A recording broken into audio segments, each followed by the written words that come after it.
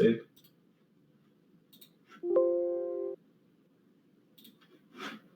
All right, Biz can hear me.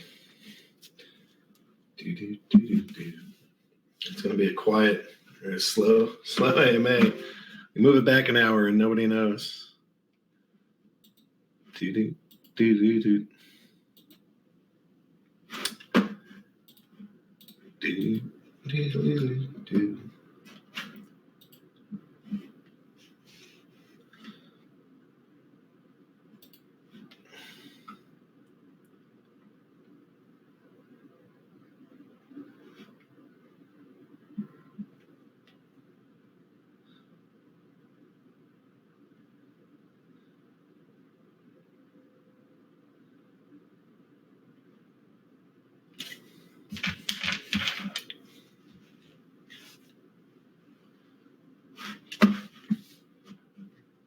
All right, we're just, let me,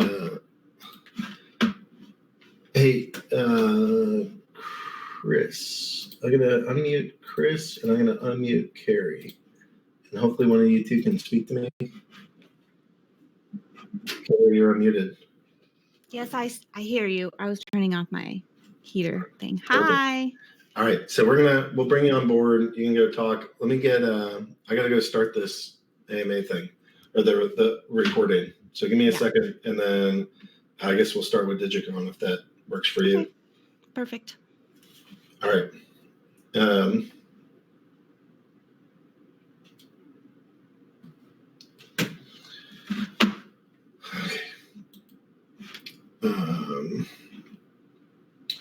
OBS. That's what I'm doing. Hello. Oh, crap. Why isn't that working? All right. Restarting OBS. Sorry, guys. Hello. Mic was working. What's wrong with this? Mic properties. Default microphone. Okay. Desktop audio properties. Default audio here. Carrie, will you speak again for me? Yes, I will speak again for you. Perfect. Thank you. All right, let's get this recording going. Weird. Every time Discord is different, or every time OBS is different. All right, hey guys. Today is the February 12th. It is 2 p.m. Eastern, back an hour from our regular time at 3 p.m. But it started interacting with my child pickup time for school, and all things would go crazy. And I'd have all this noise and background and all this other crap. So I chose, we're moving it back. So hopefully you guys will forgive me. Okay, so Matt should be here in just a little bit. I want to get started with Carrie Allen and maybe Chris Roberts too. I'm not sure if he's coming on. Carrie and Chris are the pair that are behind our marketing, social media, and new content. So these guys can hopefully talk a little bit about what they're doing. I think we're going to start with DygyCon and sort of talk about just a little bit of what we're doing, how we're growing, what the point is, and kind of a broad objective timeline and whatever else you got on your brain, Carrie. All right. Thank you.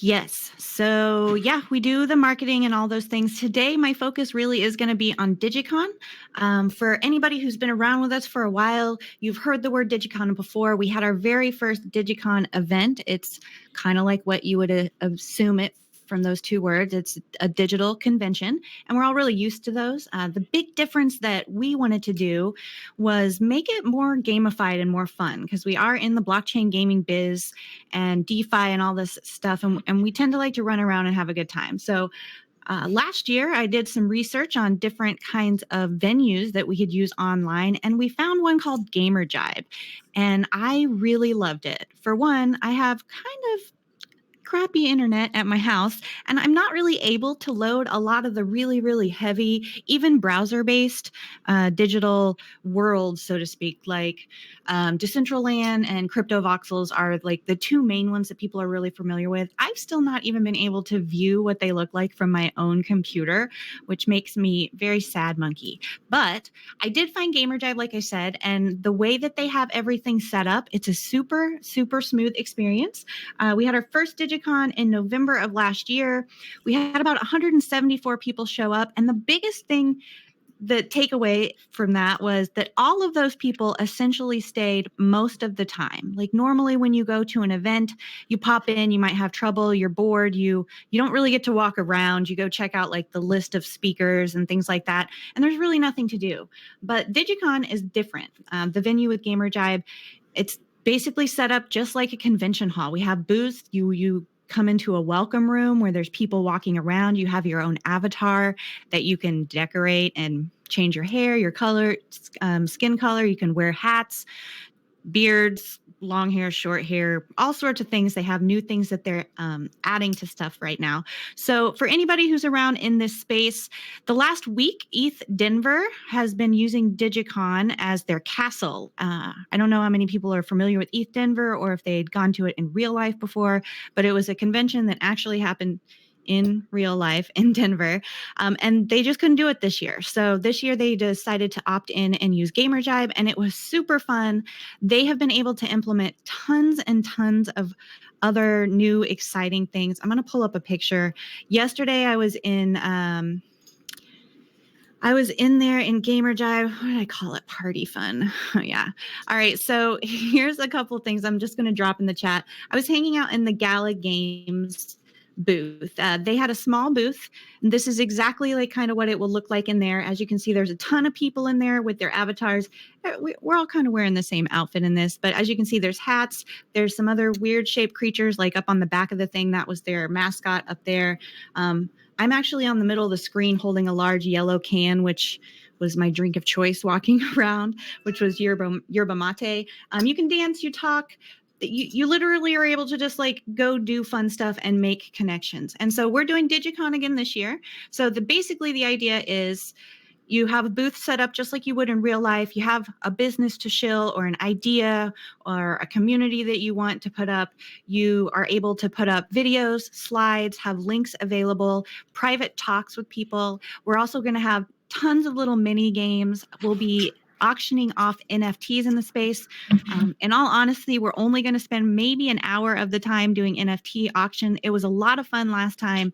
It was live auction. So you sat in a room where you got to raise your hands and actually bid on things, and we sold some stuff. I do know D City. Gerber, who runs it, he's already said that he's going to be having a booth again this time and auctioning off another city.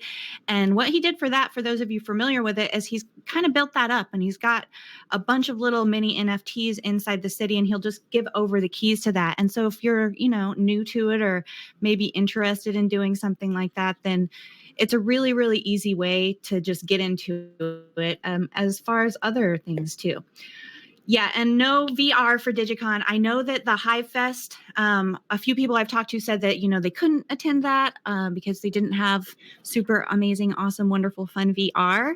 This is not like that at all. It's totally browser-based. It is not available on mobile yet. I mean, I think that you can bring it up, but that is not something that they are currently on purpose supporting. That is in their timeline to be able to get that up. So right now it is definitely browser-based, preferably on a desktop or a laptop computer.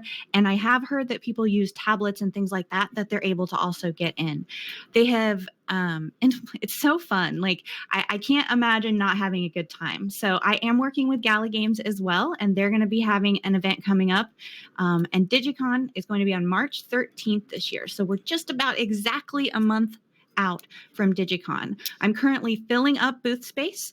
I'm also taking people who want to have potential NFTs up for sale. Again, that's going to be a really limited number because it takes a few minutes to do the live auction, but it's super fun because we just go through just like a live auction, just like you would see in real life. So it's kind of like bringing the real world virtual, where you can still wear your pajamas and not look cute.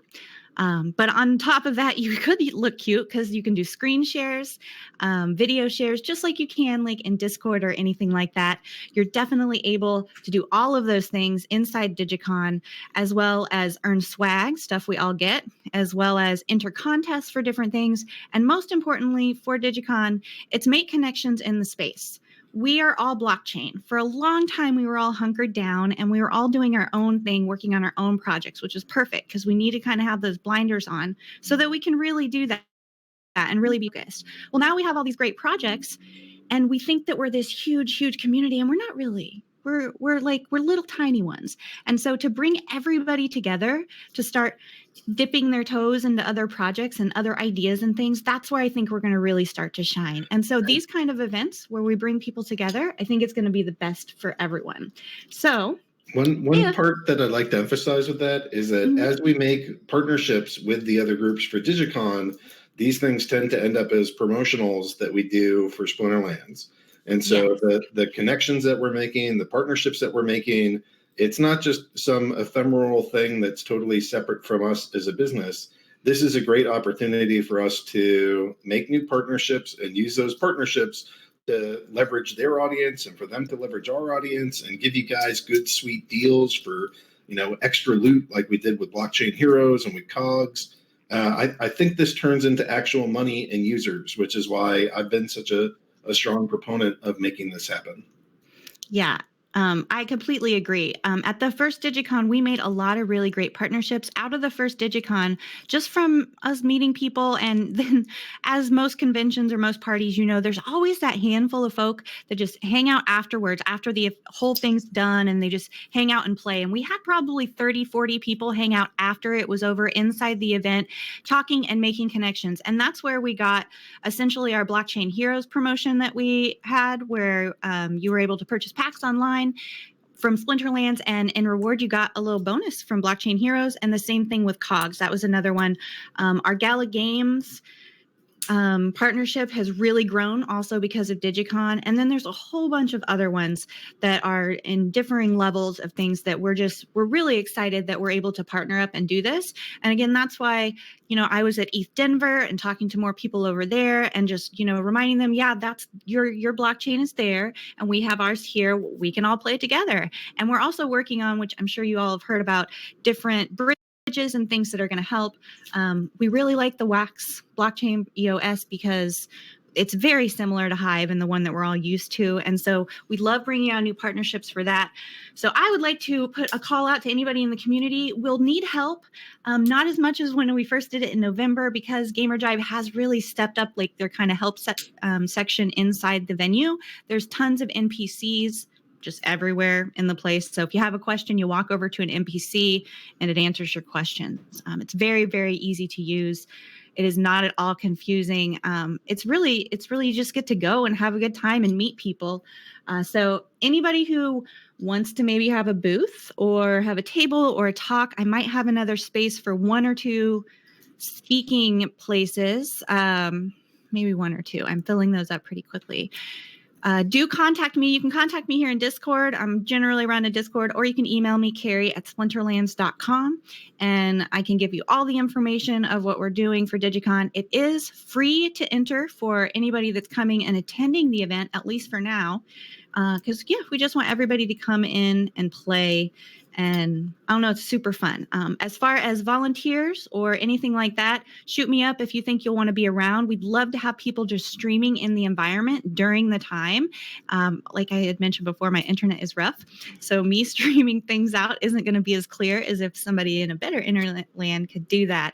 And it actually is really fun even to watch. So the Gala Games guys, they were streaming on Theta as well as being in the environment yesterday. And so a lot of people can really enjoy and walk around even if they're not able to walk around in the environment and make those connections and just get to know people with the things. It's true. Awesome. All right. So I don't know if Chris has anything to add to that. But it was just kind of a call for help us out, send people our way. If you know people. He unmuted. You got anything, honey?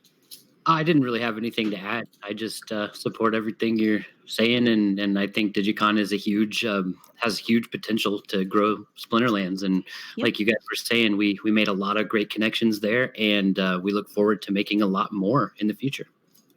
All right, thanks, guys. All right, thanks so much. Have a great one. All right, let me go back to, so that's DygyCon, and I'm glad to see more partnerships and more friends in the blockchain space.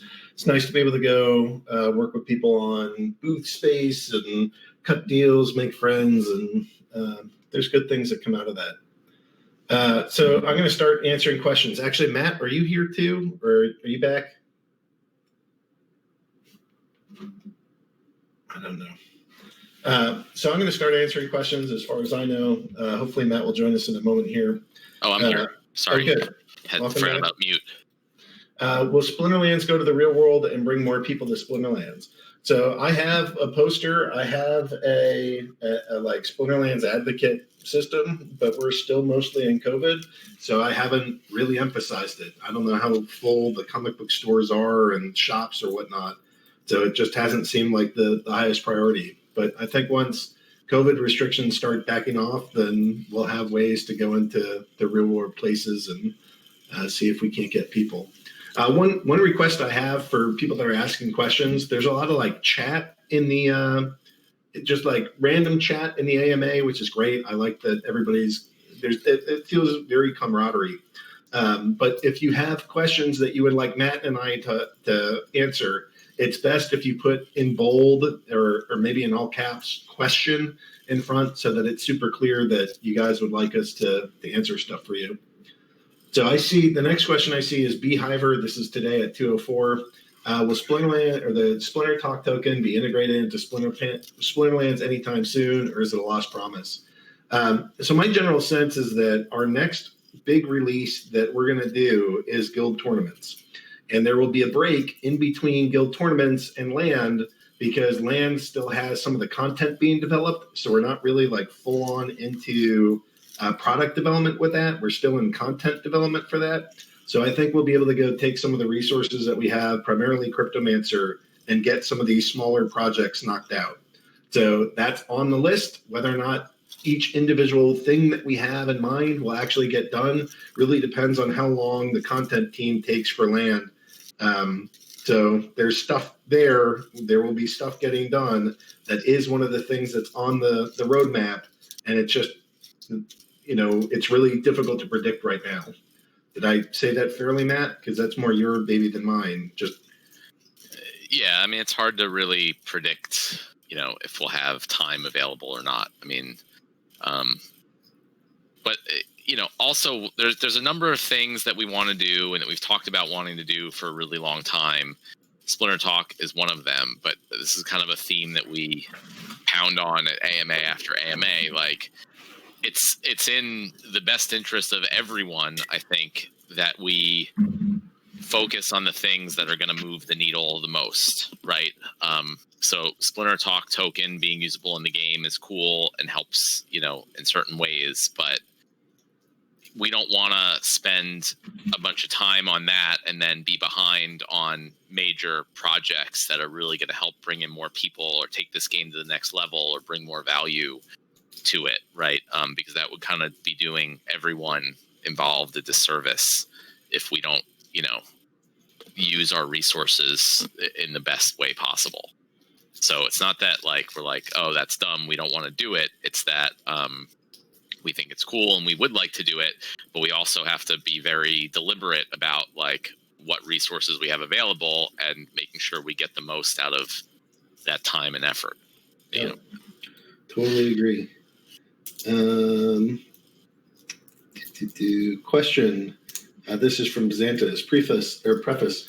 Some players were complaining about how the official market price feed based on the two Uniswap pools differed from Steem Engine and Hive Engine. Some felt they were getting cheated because they were getting 10 to 15% less than they thought they should because they received DEC at the higher Uniswap rate and then have to sell it for less on Steem Engine or Hive Engine. Furthermore, the high ETH gas fees are suppressing normal market arbitrage. Question, what are your thoughts regarding this situation?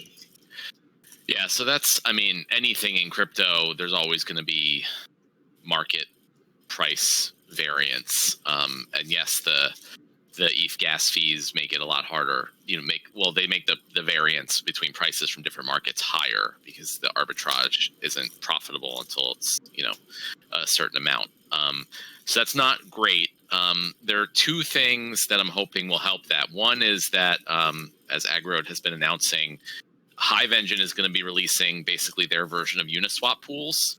So I think, we'll definitely be having a DEC-based pool on there with Hive. And I think there's a lot more variance in the bid-ask based markets that are more traditional. Whereas if we have a Uniswap style market on Hive, I think that will help significantly with the price issues and actually selling or buying dark energy crystals without the Ethereum gas fees.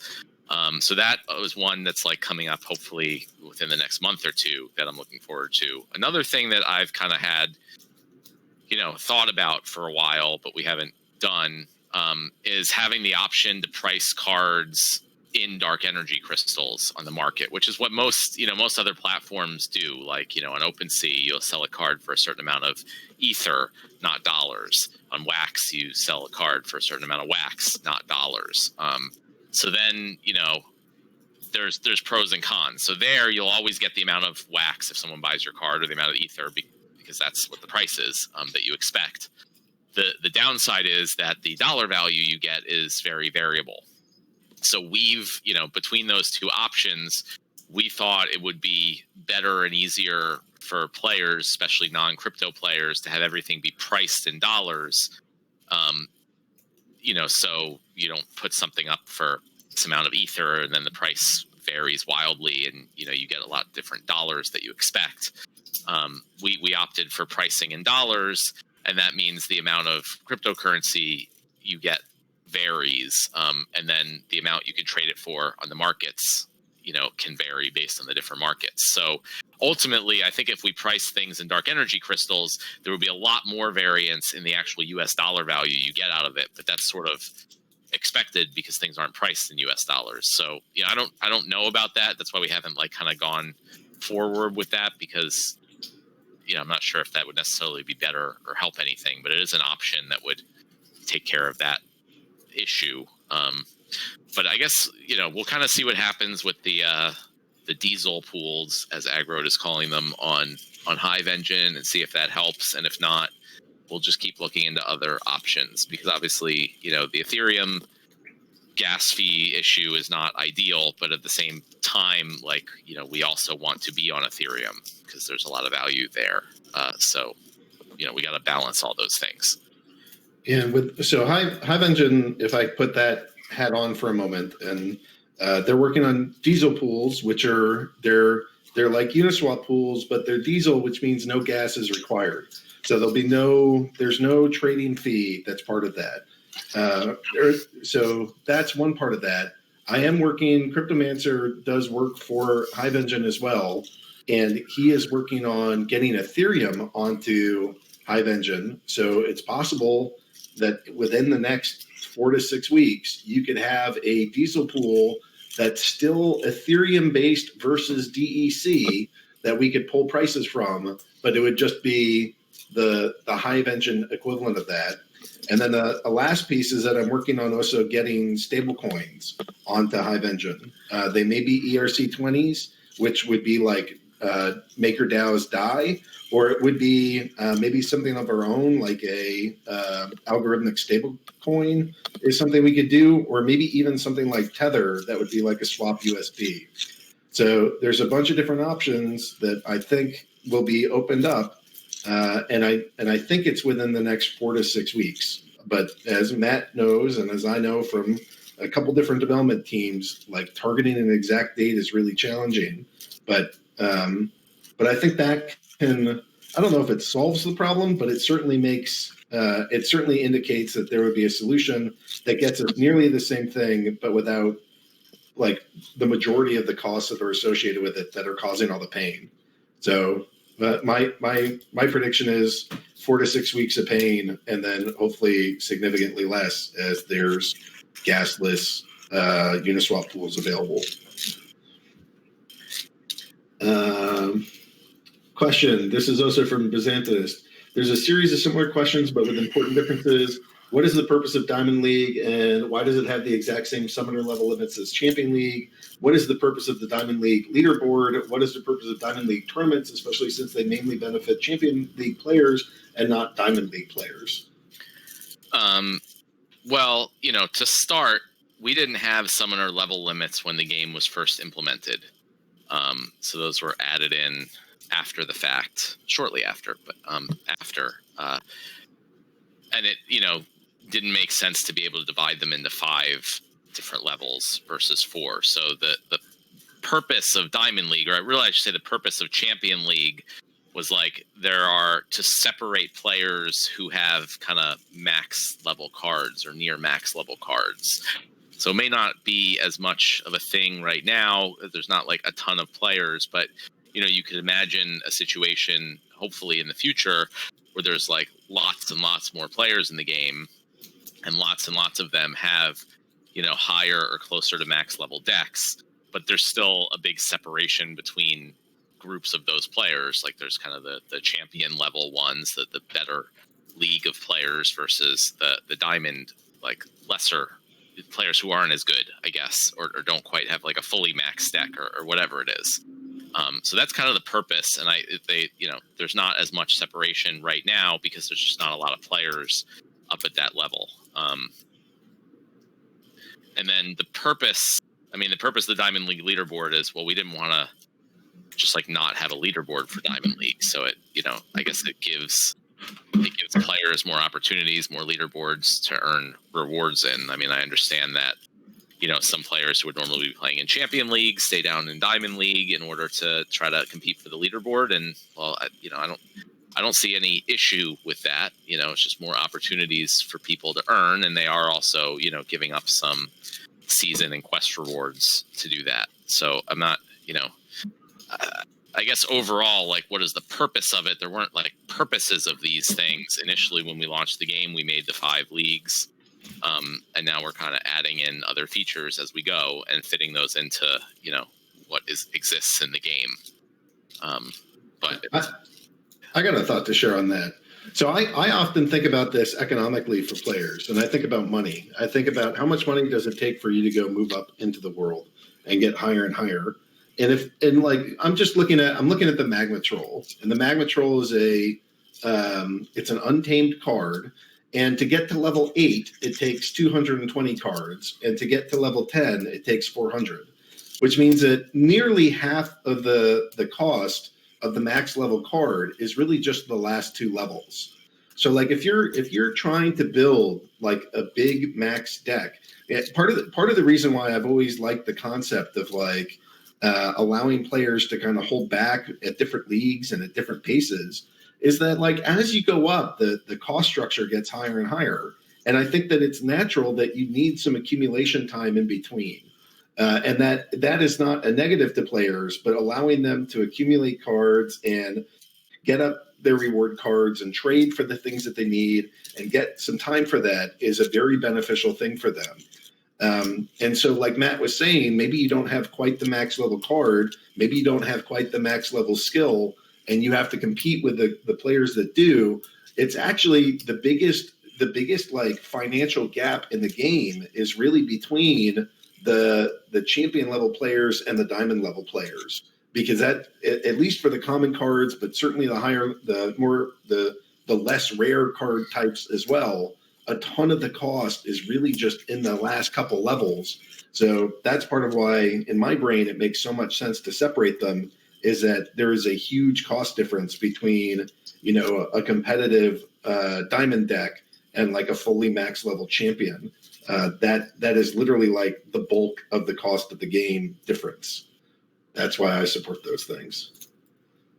Yeah, I mean, that definitely makes sense. And, like I said, it might not even be as apparent or make as much sense yet, but as hopefully we grow the game and we get a lot more players up to those levels, the separation will be more distinct. And then the third one's about tournaments. I'm not as involved in tournaments as Aggroed is, but that tournaments are always a work in progress. So if if there's not really a I guess originally we didn't even have a separate champion league for tournaments because it was just based on the card levels, and I think we added that in because now we have the ability to like differentiate entry fees or try to limit tournaments to actually people in certain leagues.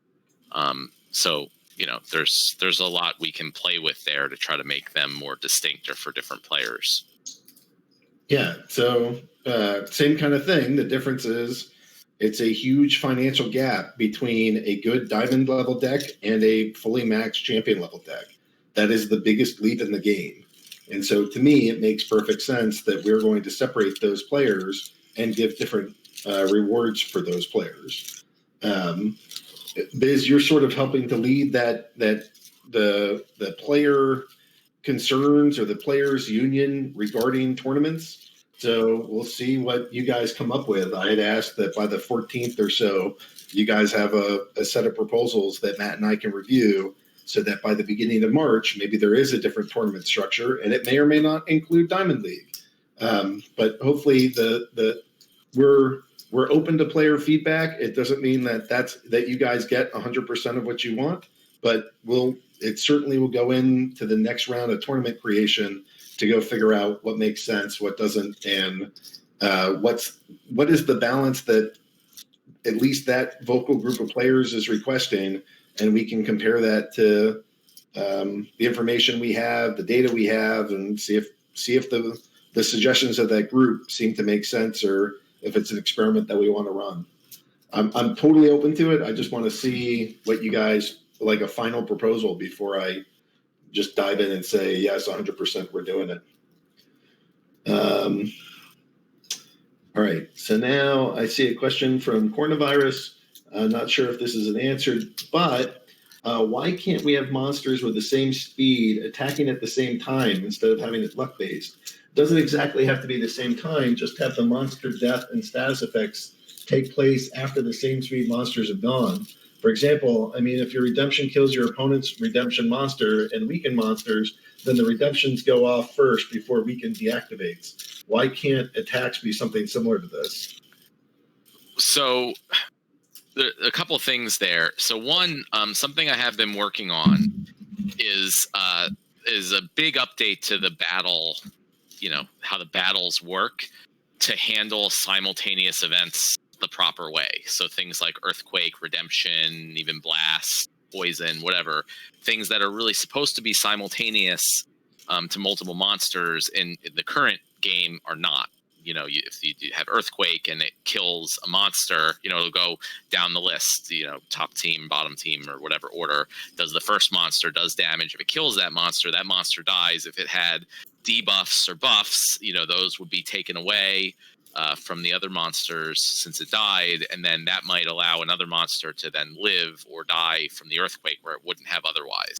So I've redesigned the whole battle code to make it work where all the damage effects will happen simultaneously, even though on the screen you'll see one at a time they take 2 damage.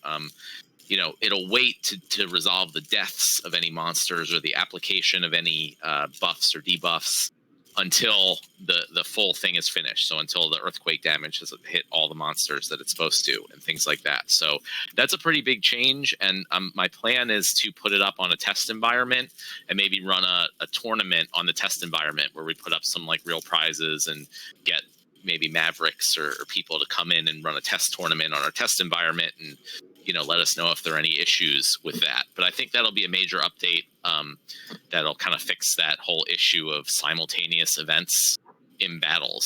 Now, this question here is specifically about monsters with the same speed attacking at the same time.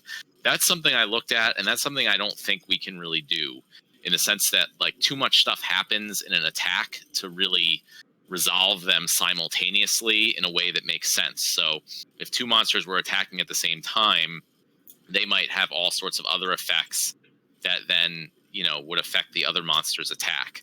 And it just would kind of be a really big nightmare to try to implement that. I mean, I did start to try to implement it and it was way too complicated.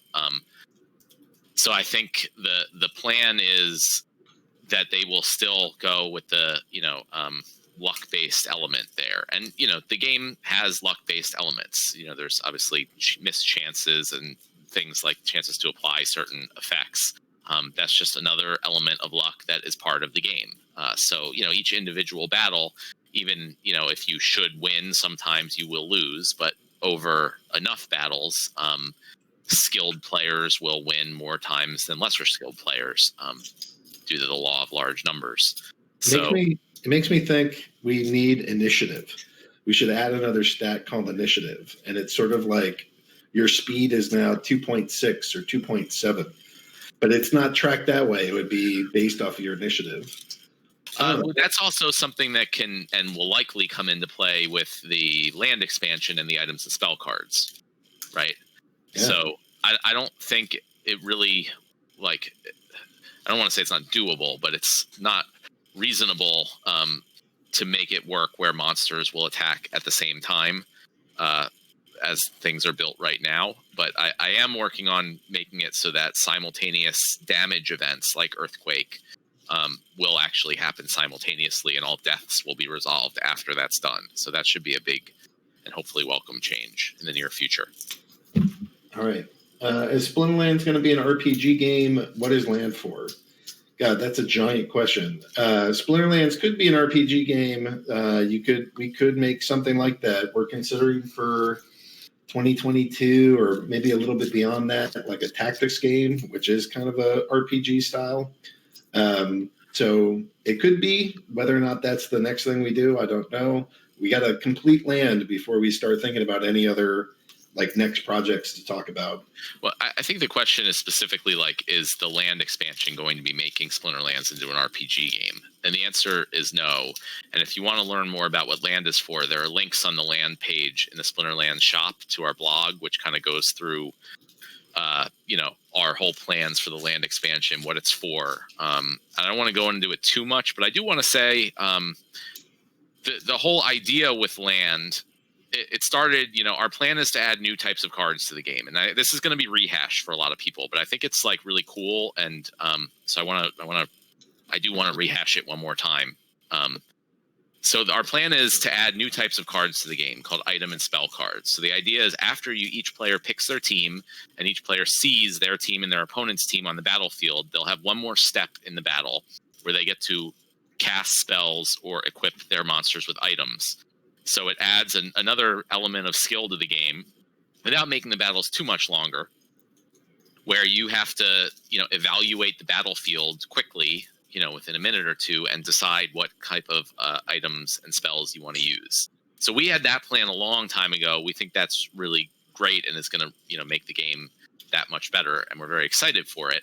And we were just going to do that. And originally the plan was, okay, we would just release these items and spell cards in packs, and you just buy them like you get normal cards. But then we kind of took it to another level, and we thought about, well, you know, instead of just selling them in packs, wouldn't it be cool if the players were able to mint those cards themselves? And then, you know, so that Splinterlands, the company, never sells those cards. It's all to the players to create and sell those cards to other players, and kind of control that entire market and production process. And that's what led to the land expansion. So the idea is we're kind of building an empire building game within Splinterlands where people can own land, they can harvest resources, build buildings, and the ultimate goal of all this is to craft these new items and spell cards. And that's the only way they'll ever be created. We won't sell them. They won't be in packs. Players who have land and have buildings and resources will be able to craft these new cards or mint them. And then any players who don't have land and want to get those cards can buy them on the market from the players who make them. And that is just, I think, a really, just as a player, I'm really excited about that. That sounds like really cool. It's not something I've really seen in any other game of this type.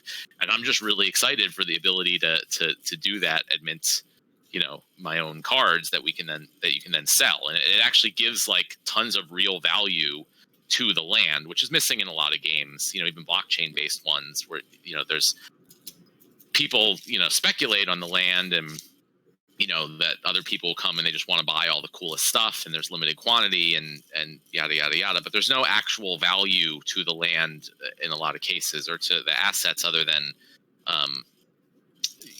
other than showing off and having the best stuff.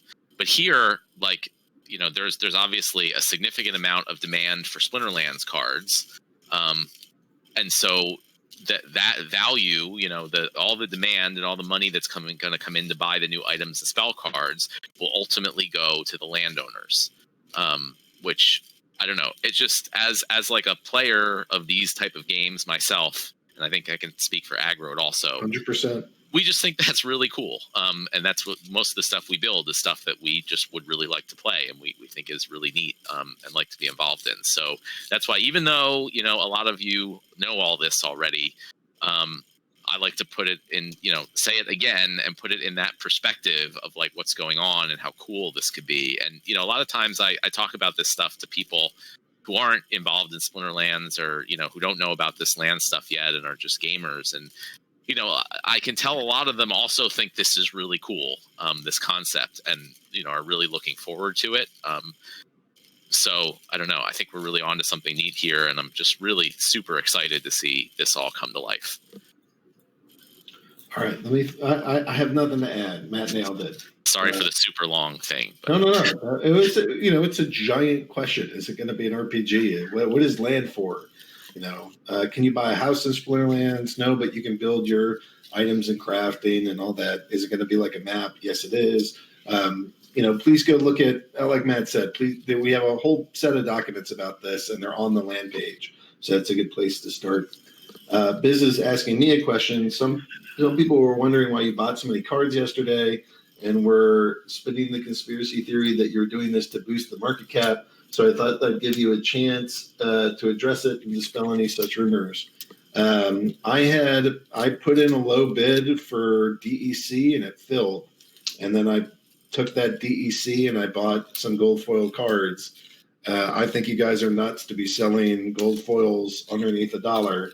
So I went and I bought a lot of them underneath $1. And it wasn't like, if I wanted to boost market cap, I'd pick one and send it to 80 billion. No, for this in particular, I like my game. I like these cards. I like owning it. And I get yelled at when I buy. I get yelled at when I sell. And I don't really care. I just like owning this stuff. I think this game is super cool.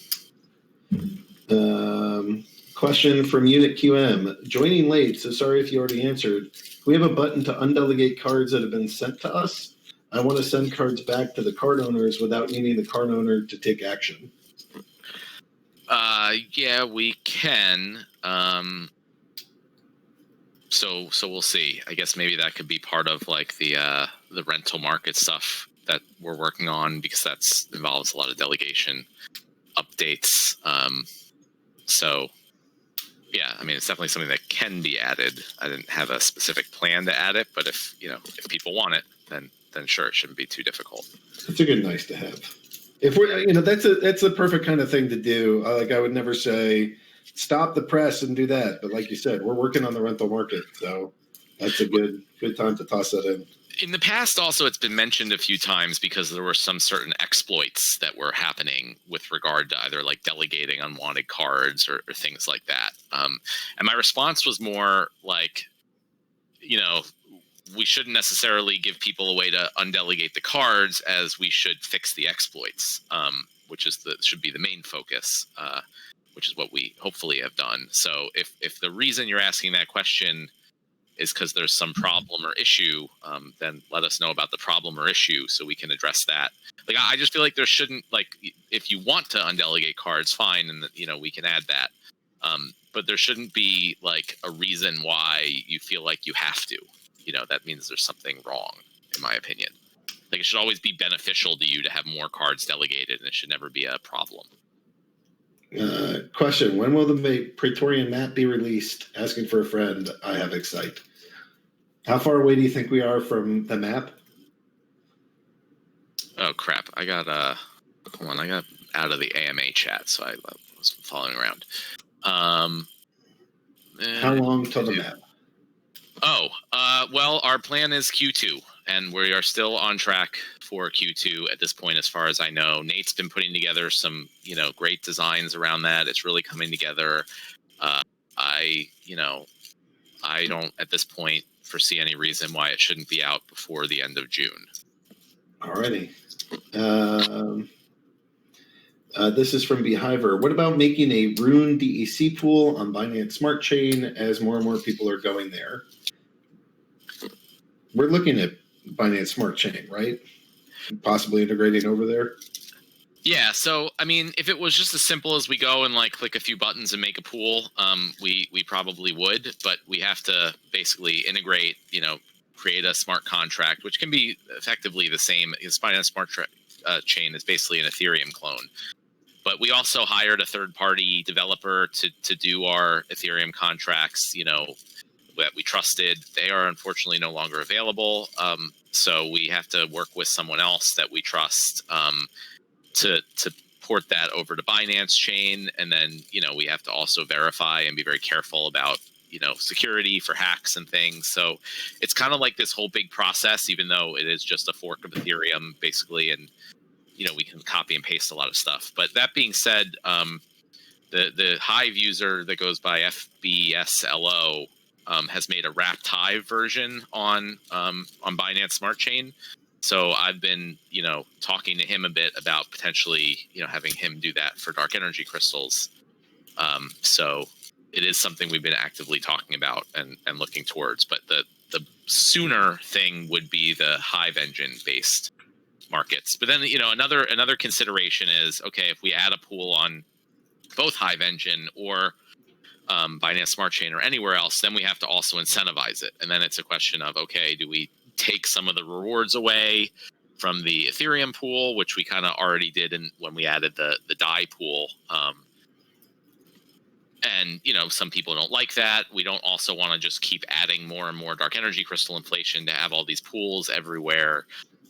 So, there's just a lot of stuff to consider, which is kind of true of most everything in the game. And it's not just a matter of, oh, sure, we'll just go throw a pool up there and everything's solved. So that's why a lot of times you guys make great suggestions. But there's actually like a whole ton of stuff that we have to consider for pretty much every even small change that we might do. But it's definitely on the radar. Yeah, so that's actually, I don't know if you read ahead for answer this question, but if we do the diesel pool, are we going to increase the fund? Like, do you have a way that you're leaning with this? Do you not want to talk about numbers until it's exactly happening? Or what do you think the most likely outcome is for diesel pools? I'm not leaning any way yet because I haven't put the thought into it to even have a way to lean or to know what all our options are. But we will need to incentivize adding liquidity to the pool if we want players to do it. There's the option of also Splinterlands just providing a significant amount of liquidity to the pool, which we're also doing on Ethereum. So I don't know, but that's part of the things that we need to consider. And we're definitely open to player feedback. But with these type of things, it's usually a bunch of players want one thing and another bunch of players want the exact opposite. So we try to do our best to make something that works as well as possible for as many people as possible. That's the fun of blockchain. Can't please everyone. All right, Tanzafet is asking question. What's with the weird decimal places thing? Just a glitch or a bug? There's a weird JavaScript bug with math. It's kind of weird even for me as a developer that like JavaScript does that when like adding or subtracting numbers, which seems like a really normal thing that shouldn't be a problem in any modern programming language.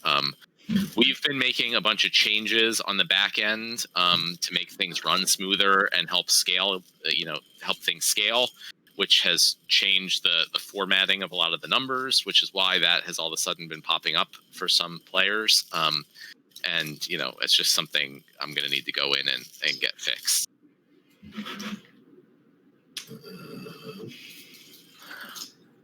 All right. Just looking for, so now we're back to Biz. Question, though, Matt partially answered this.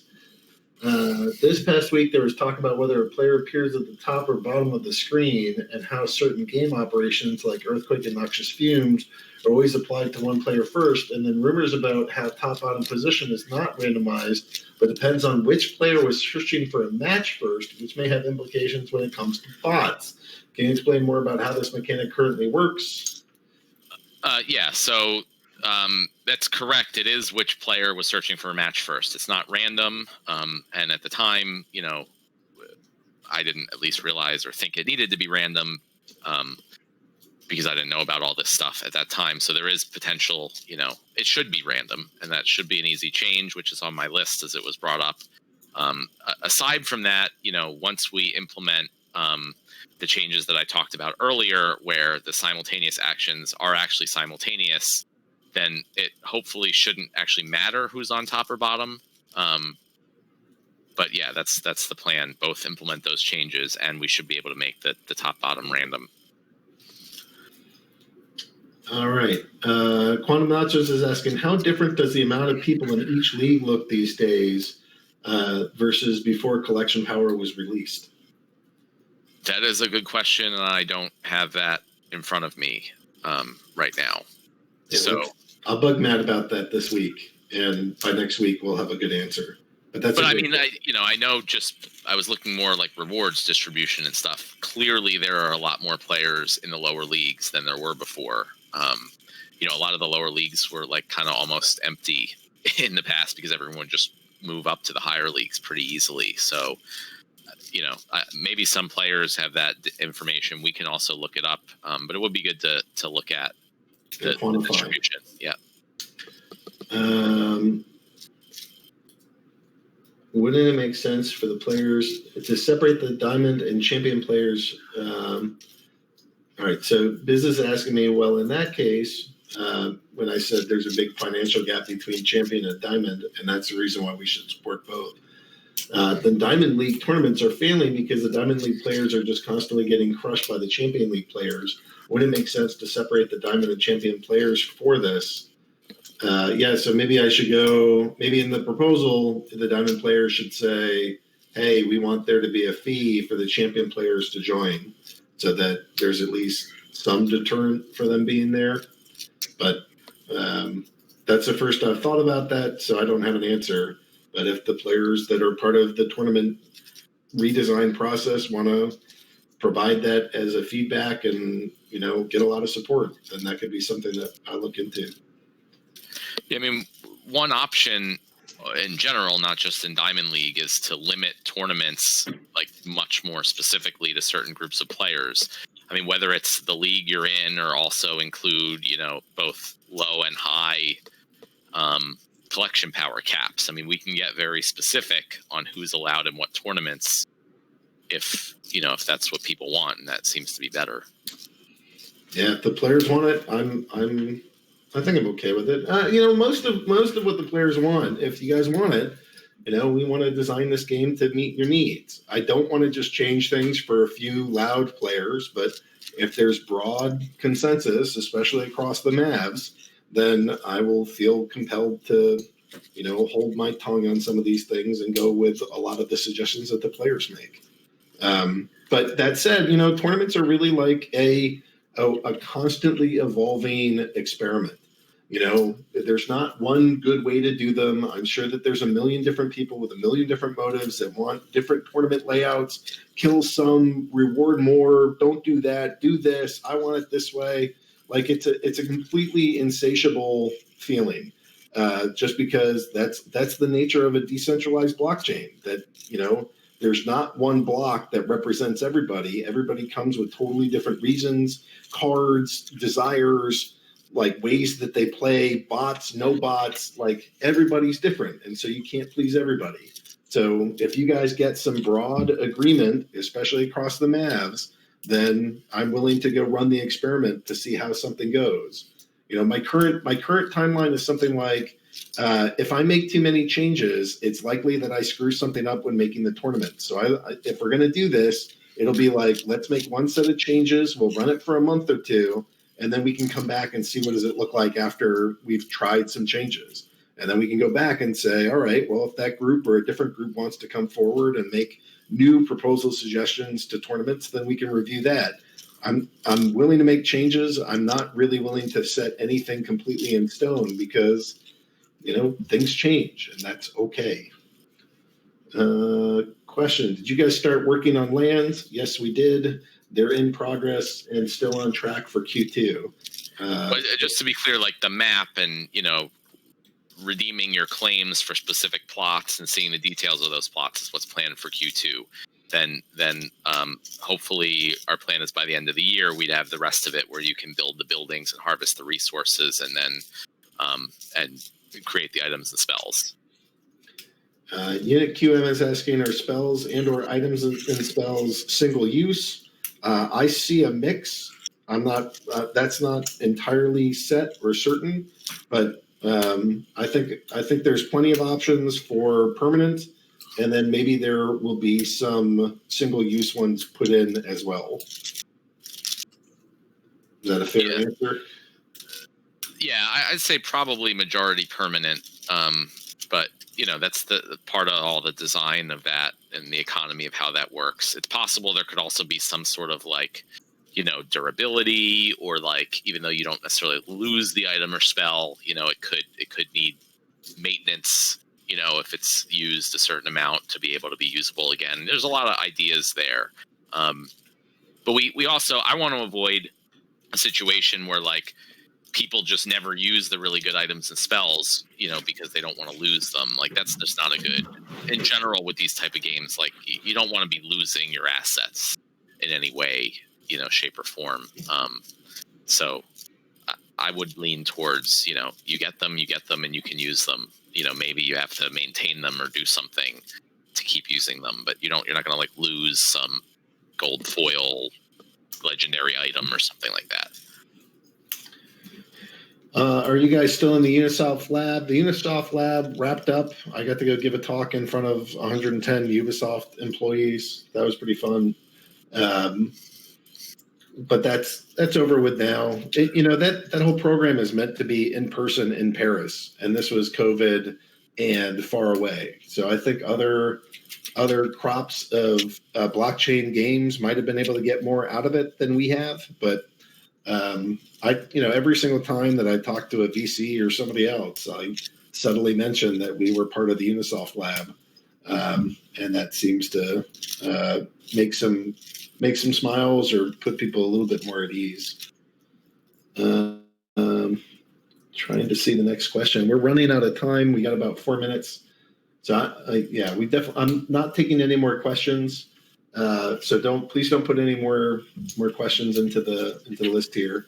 Questions: who are the purchasers of Boss Monsters, Flauwy, Cryptoeater, Aggroed, Cryptomancer, and man, I just had this the other day. Was Exile? And Exile, that's right.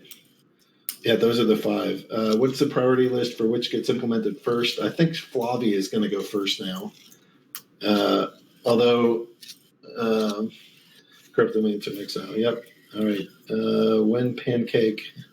I don't think that's a real question.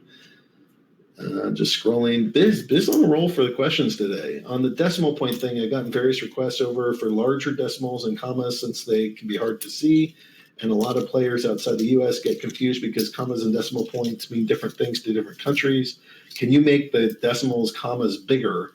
And can you add an option for European style math? I mean, again, we can, and I understand that that's an issue.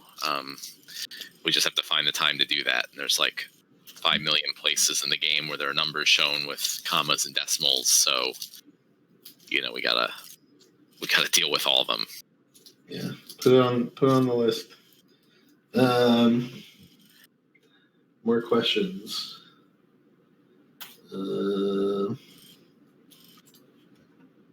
Question: when is the next crop of Splinterlands interns coming, and will they actually produce something useful for the community? Hey, I actually really like Splintex. If you want to buy 2,000 cards, there's nothing better than Splintex. That's my experience. When pancake was a real question, that's the Binance DeFi pools. I mean, like Matt was saying, we're looking at getting a DEC version onto Binance Smart Chain. And if that happens, then we'll likely go and make a DEC pool over there. So, I don't know. So Splinterns, I just haven't had much time to go. Like I have a school and a group and thought about it. I don't really have a good project in mind for them. So I haven't gone back and done it. But I don't know. But it's on my radar. I'm not sure when I'll do it next. Matt, when are we doing our next AMA? Are we going to do that same time, morning or evening? Well, I think it's good to keep switching them around. I don't know I don't remember what we did in the past. Let's do an evening. I think evening is the next. Let's do 8 p.m. Okay, 8 p.m. Eastern, which should be 1 a.m. UTC. Yep. So I'll update that on your calendar. That's for Friday the 19th. We'll do that at 8 p.m. Eastern. All righty. All right. I think we're going to call this for this AMA. Thank you, everybody. You guys are awesome. This community is fantastic. Go DygyCon. That's about a month away. Should be fantastic. If you have projects you want to showcase, or if you want to volunteer or get involved or just try to make more connections, and please go talk to Carrie Allen, and she can help hook you up in the DygyCon space arena. And lots of good stuff is coming, and it's only possible because we have this fantastic community. Thank you for supporting this game. Thank you for playing this game. It's great that Matt and I get to do this full time. And there are some cool things coming. Next up seems to be the guild tournaments. That has actually reached some server testing. So that's good news that, when you get to testing phase, that's getting up there in that development cycle. So anyways, that's what we got for today. I appreciate your time, and thanks so much for being here. Anything left, Matt? I just want to say that land is going to be awesome. I'm so excited for it, and it's going to be a while. I wish it could be out tomorrow. It's going to take some time to build all this stuff, but we're just we're going to make this awesome. So we hope that you guys can, be in it for the long haul until that's all done. All right. Well, thanks all for being here. I'm going to shut down the recording, and we'll be back on 8 p.m. in the following Friday. And in the meantime, go invite some friends and welcome new people to Discord. Thanks, everybody. Bye.